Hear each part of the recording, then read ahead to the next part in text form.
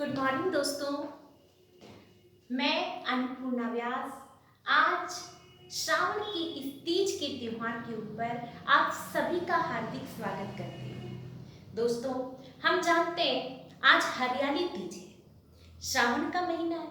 हमारे राजस्थान की इस धरती के ऊपर त्योहारों की भरमार शुरू होती है और राजस्थान की इस धरती पर हम जो त्योहार मनाते हैं उसके अंदर श्रावण महीने का ये हरियाली तीज का त्योहार एक अनुपम त्योहार है, एक निराला त्योहार है। क्योंकि दोस्तों सावन के महीने के अंदर बरसात की रिमझिम होती है, सावन के महीने के अंदर त्योहार की शुरुआत होती है और सावन की शुरुआत से ही सावन के झूले डलते हैं। तो उस मौसम के अंदर त्योहार मनाने का एक निराला अंदाज होता है। दोस्तों, हमारा राजस्थान वैसे तो त्योहारों से भरपूर भरा हुआ है। राजस्थान की कण कण के अंदर अलग अलग चीज की खुशबू आती है। दोस्तों, राजस्थान की मिट्टी वीरता के लिए प्रसिद्ध है, तो राजस्थान की मिट्टी के अंदर त्योहारों की खुशबू आती है। राजस्थान की मिट्टी के ऊपर भाईचारा प्रेम भरा हुआ है। हम बाहर से आने वाले हर इंसान का बड़े ही प्यार से स्वागत करते हैं। दोस्तों, वो कहते हैं ना, जो छुप कर वार करता है वो पाकिस्तानी होता है, जो गलती माफ करता है वो हिंदुस्तानी होता है। न कोई झूठ न कोई तरफदारी, जो खुल कर प्यार करता है वो राजस्थानी होता है। तो दोस्तों, आज हम एक बहुत ही किसी एग्जाम की नज़र से मैं आपके सामने उपस्थित नहीं हुई हूँ। आज मैं मेरी उन सभी बहनों के लिए, आज श्रावण का ये तीज का त्योहार मनाने वाली उन सभी सुहागिनों के लिए, उन सभी बालिकाओं के लिए जो तीज के त्योहार को बड़ी ही धूमधाम से मनाती है। तो दोस्तों, आज हम इस महत्व को जानेंगे कि आखिर तीज का त्योहार क्यों मनाया जाता है, आखिर तीज के त्योहार का क्या महत्व है, हमारे राजस्थान के अंदर तीज की ऐसी क्या परंपरा है, इसे किस तरह से मनाया जाता है, महिलाएं किस भावना के साथ मनाती है। आज मैं वो चीज आपके सामने बताने जा रही हूँ। दोस्तों, हिंदू धर्म के महीनों के अंदर एक तिथि आती है जिसका नाम है तृतीया। तृतीया तिथि के ऊपर बहुत सारे त्योहार मनाए जाते हैं दोस्तों, और सभी तृतीयाएं, ज्यादातर तृतीयाएं अपने पति की लंबी आयु के लिए पूजी जाती है। चैत्र माह के अंदर चैत्र शुक्ल तृतीया के ऊपर जो तिथि आती है दोस्तों, उसके ऊपर हम गणगौर का त्योहार मनाते हैं। उसी तरीके से दोस्तों, अगले महीने बैसाख महीने के अंदर जो तृतीया आती है, बैसाख शुक्ल तृतीया के ऊपर, वह अक्षय तृतीया जिसे हम आखा तीज कहते हैं, ये भगवान परशुराम की जयंती के अवसर में मनाई जाती है साथियों। उसके बाद में एक विशेष त्योहार जिसकी चर्चा हम आज करने जा रहे हैं दोस्तों, वह है छोटी तीज। वह मनाई जाती है श्रावण शुक्ल तृतीया के ऊपर। छोटी तीज का अपने आप में एक बहुत ही विशेष महत्व है साथियों, हम उसी के ऊपर एक बहुत अच्छी चर्चा करेंगे अभी। उसके बाद में है तृतीया। तृतीया मनाई जाती है बड़ी तीज, सातुड़ी तीज और कजली तीज के ऊपर। इसे कजली तीज भी कहते हैं, इसे सातुड़ी तीज भी कहते हैं, इसे बुड्ढी और बड़ी तीज भी कहते हैं साथियों। ये मनाई जाती है भाद्रपद कृष्ण तृतीया के ऊपर। और एक तीज आती है दोस्तों, इसे भाद्रपद महीने के दूसरे शुक्ल पक्ष के अंदर भाद्रपद शुक्ल तृतीया पर, जिसे हम कहते हैं हरतालिका तीज। तो दोस्तों, आज मैं आपको लेकर चल रही हूँ छोटी तीज के त्योहार के एक विशेष महत्व के ऊपर, कि आखिर छोटी तीज क्यों मनाई जाती है, छोटी तीज कहाँ की प्रसिद्ध है और छोटी तीज का अपने आप में क्या महत्व है साथियों। छोटी तीज का जो त्योहार होता है दोस्तों, सबसे पहली बात तो छोटी तीज का त्योहार कहाँ का प्रसिद्ध है दोस्तों, तो यह जयपुर का प्रसिद्ध है। एग्जाम के अंदर भी ये सवाल पूछा जाता है कि छोटी तीज की जो सवारी है वो कहाँ निकाली जाती है या कहाँ की प्रसिद्ध है। तो दोस्तों, छोटी तीज की सवारी जयपुर की प्रसिद्ध है और तीज पर जयपुर में श्रावण मास के अंदर लहरिया पहना जाता है, यहाँ पर लहरिया प्रसिद्ध है।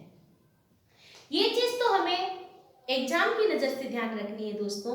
लेकिन छोटी तीज का जो त्योहार है दोस्तों, यह त्योहार महिलाओं के द्वारा, सुहागिनों के द्वारा अपने पति की लंबी आयु के लिए रखा जाता है। यह छोटी तीज का जो व्रत उपवास है दोस्तों, वो कुंवारी कन्याओं के द्वारा अच्छे वर की प्राप्ति के लिए रखा जाता है। और ऐसा भी कहा जाता है दोस्तों कि छोटी तीज का व्रत और उपवास करने से महिलाएं अपने मनोवांछित चीजें प्राप्त कर सकती है, मनोवांछित वर की प्राप्ति कर सकती है, इसलिए रखा जाता है। क्यों रखा जाता है दोस्तों? छोटी तीज का अपने आप में क्या महत्व है? छोटी तीज का जो त्योहार है दोस्तों, इस त्योहार को करवा चौथ के व्रत से भी ज्यादा महत्व दिया गया है। अपने यहाँ पर नहीं, लेकिन दोस्तों राजस्थान के अंदर कई अलग अलग जगहों पर, भारत के अंदर भी बहुत सारे राज्यों के अंदर इस छोटे तीज के उपवास को निर्जला व्रत मान करके इसको उपवास किया जाता है दोस्तों। इस दिन महिलाएं सवेरे सवेरे उठकर के स्नान करती है। स्नान करने के पश्चात 16 श्रृंगार करती है। 16 श्रृंगार में दोस्तों मेहंदी लगाती है, एक दिन पहले सजती संवरती है, काजल बिंदिया श्रृंगार करती है, सज धज करके लहरिया हरी रंग बिरंगी लाल पीली साड़ियाँ पहनती है। और सज धज करके तैयार होने के बाद में दोस्तों कहीं जगह के ऊपर काली मिट्टी से या बालू की मिट्टी से भगवान शिव और पार्वती की प्रतिमा बनाई जाती है और उस प्रतिमा को पूजा जाता है, उसको भोग लगाया जाता है। एक थाल के अंदर चावल, कुमकुम, सिंदूर, भगवान के लिए वस्त्र, ओढ़नी, 16 श्रृंगार की वस्तुएं और दीप सलाई, दिया, अगरबत्ती, घी, दही, ऐसे सभी मांगलिक चीजें रखने के बाद में भगवान शंकर और पार्वती की पूजा करी जाती है दोस्तों। तो छोटे तीज का अपने आप के अंदर एक विशेष महत्व है दोस्तों। इस दिन सावन के महीने के झूले लग जाते हैं, तो महिलाएं बागों के अंदर जाकर के झूले झूलती है, गीत गाती है, झूमती है, त्योहार की खुशी उनके चेहरे पर नजर आती है। लेकिन दोस्तों छोटी तीज का क्या महत्व है, क्यों मनाई जाती है? आइए दोस्तों इसके बारे में हम जानकारी लेते हैं। भगवान शंकर और पार्वती हम दोनों को जानते हैं, क्योंकि महिलाएं अच्छे वर की प्राप्ति के लिए भगवान शंकर को पूजती है, क्योंकि भगवान शंकर सबसे बड़े भोलेनाथ हैं। उनसे जैसा वर मांगोगे वो वैसा वर दे देंगे, उनके जैसा वर दे देंगे। तो दोस्तों भगवान शंकर और पार्वती की भी एक अनुपम कहानी है। एक बार क्या होता है साथियों कि भगवान शंकर बैठे हुए होते हैं और माँ पार्वती वहां पर बैठे बैठे अपने पुनर्जन्म के बारे में जानकारी लेती है। पुनर्जन्म के बारे में सोचती है कि मैं अपने पिछले जन्मों में क्या थी। हम भी सोचते हैं इस तरीके से बैठे बैठे कि मैं पिछले जन्म के अंदर क्या थी। तो उसी तरीके से माँ पार्वती भी सोचती है बैठे बैठे कि मैं पिछले जन्म में क्या थी, कैसी थी, कैसी दिखती थी। जब वो अपने पिछले जन्मों के बारे में सोचती है, याद करने का प्रयास करती है, तो उन्हें याद नहीं आ रहा होता है। तब वो भगवान शंकर से पूछती है, तो भगवान शिव उन्हें याद दिलाते हैं कि हे देवी पार्वती, आपने मुझसे विवाह करने के लिए 107 बार इस पृथ्वी पर जन्म लिया था, लेकिन आप मुझसे विवाह नहीं कर पाए। तब आपने 108वीं बार हिमालय पर्वतराज के यहाँ पर, महाराज हिमालय पर्वतराज के यहाँ पर आपने जन्म लिया। और जन्म लेने के बाद में आप बचपन से ही मुझे ही अपने पति के रूप में पूजती थी, भगवान शंकर की घोर तपस्या करती थी, अन्न को छोड़ करके कंद मूल और पत्तों से के ऊपर भगवान शंकर के व्रत उपवास रखती थी और भरी बरसात में भगवान की तपस्या करती थी।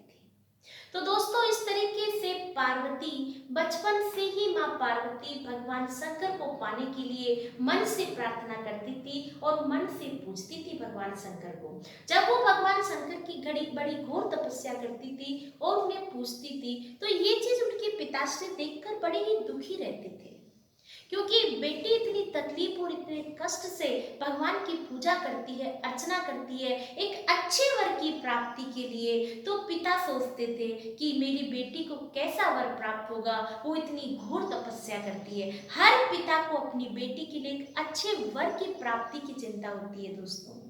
तो इसी तरीके से भगवान शंकर को पूजती है पार्वती, और पार्वती के पिताश्री को अपनी बेटी के लिए एक अच्छे वर की चिंता सताती है। उसी समय नारद ऋषि का नाम तो हम सभी जानते हैं दोस्तों।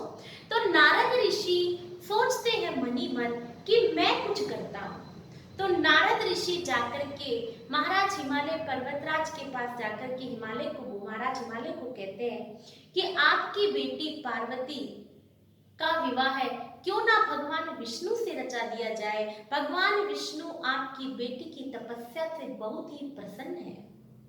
तो ये बात सुन करके महाराज बड़े ही प्रसन्न होते हैं और वह विवाह प्रस्ताव स्वीकार कर लेते हैं। तब नारद ऋषि भगवान विष्णु के पास जाते हैं। भगवान विष्णु से जाकर कहते हैं कि महाराज हिमालय आपकी के साथ में अपनी बेटी पार्वती का विवाह रचाना चाहते हैं। भगवान विष्णु भी पार्वती की तपस्या को देख करके विवाह प्रस्ताव स्वीकार कर लेते हैं। अब दोस्तों, नारद ऋषि ने दोनों को एक दूसरे को विवाह के प्रस्ताव के लिए मना लिया, लेकिन जिसे विवाह करना है उसे भी तो मनाना पड़ेगा। तो वो पार्वती जी के पास जाते हैं और पार्वती को जाकर के बताते हैं कि देवी, आपके विवाह का प्रस्ताव विष्णु भगवान ने भेजा था, जिसे आपके पिता ने स्वीकार कर लिया है और दोनों का विवाह तय कर दिया गया है। जैसे ही ये बात भगवान विष्णु के बारे में पार्वती जी सुनती है, पार्वती जी मनी मन दुखी हो जाती है। पार्वती जी जाकर के अपनी सखी से ये बात बताती है। उनकी सखी सब प्रजा और उनके पिता से छुपा करके पार्वती जी को घोर जंगल में ले जाती है और एक गुफा में ले जाकर के छुपा देती है। कहती है, यहाँ पर तुम अपने प्रभु की तपस्या करो।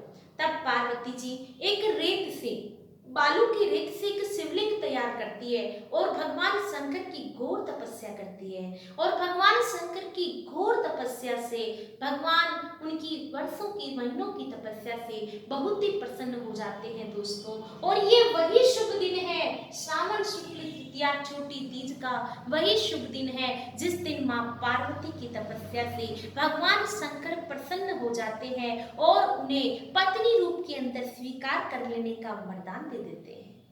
माँ पार्वती भगवान शंकर से यह आशीर्वाद लेकर बहुत ही प्रसन्न हो जाती है और इधर उनके पिता उन्हें ढूंढने के लिए बहुत प्रयास करते हैं, धरती पाताल एक कर देते हैं। तब जाकर वो पार्वती की खोज करने में कामयाब होते हैं। पार्वती जी के पास पहुंच करके पार्वती जी से मिलते हैं तो उनकी बेटी कहती है कि पिताश्री, यदि आप मेरा विवाह भगवान शंकर के साथ करने को तैयार होते हैं तो ही मैं आपके साथ चलने को तैयार हूँ। यह बात सुनकर के महाराज अपनी बेटी का प्रस्ताव स्वीकार कर लेते हैं, भगवान विष्णु से क्षमा मांगते हैं और अपनी पुत्री का विवाह भगवान शंकर के साथ तय कर देते हैं और बड़ी धूमधाम से भगवान शंकर के साथ में पार्वती जी का विवाह तय हो जाता है। तभी से भगवान शंकर ने ये वरदान दिया कि जो भी महिला अपने पति की लंबी आयु के लिए, पति की शुभकामनाओं के लिए, अच्छे घर में सुख शांति के लिए इस श्रावण शुक्ल तृतीया का व्रत उपवास बड़े ही तरीके से जो महिला रखेगी उसे आपके जैसा वर प्राप्त होगा, पार्वती जी के जैसा वर प्राप्त होगा और पार्वती जी के जैसे सुनहरा जीवन और खुशियां प्राप्त होगी और वह हमेशा अपने पति के लिए पतिव्रता और एक लंबी आयु, अपने पति के लिए लंबी आयु का वर्ण करेगी। इसीलिए दोस्तों, छोटी तीज का उपवास सुहागिनों के द्वारा 16 श्रृंगार करके इस तरीके से मनाया जाता है। और दोस्तों, कुंवारी कन्याएं इस व्रत को अच्छे वर की प्राप्ति के लिए भगवान शंकर से प्रार्थना करती है कि जैसे आपने पार्वती जी को इस दिन वर का वरदान दिया है, वैसे ही आप मुझे भी वर का वरदान दे। इसलिए इसे छोटी तीज का व्रत उपवास कुंवारी कन्याओं के द्वारा भी रखा जाता है। तो दोस्तों, हमारे तीज त्योहारों वाले देश में आज हमने छोटी तीज की कहानी और इसका महत्व जाना है। आप मेरे साथ जुड़े रहिए दोस्तों। मैं आपको हर त्योहार के बारे में, हर चीज के बारे में, क्योंकि त्योहारों की शुरुआत हो गई है तो हम हर त्योहार की कहानी पढ़ेंगे दोस्तों। तब तक आप ध्यान रखें, सुरक्षित रहें और अपने परिवार के साथ में इस तीज के त्योहार को बड़ी ही धूमधाम से मनाएं, क्योंकि हमारा प्यारा राजस्थान, रंगीला राजस्थान त्योहारों का देश है, त्योहारों की शान है, त्योहारों की आन है। यह प्यारा देश, हमारा प्यारा राजस्थान है। धन्यवाद दोस्तों, तब तक ध्यान रखें और सुरक्षित रहें। जय हिंद, जय भारत।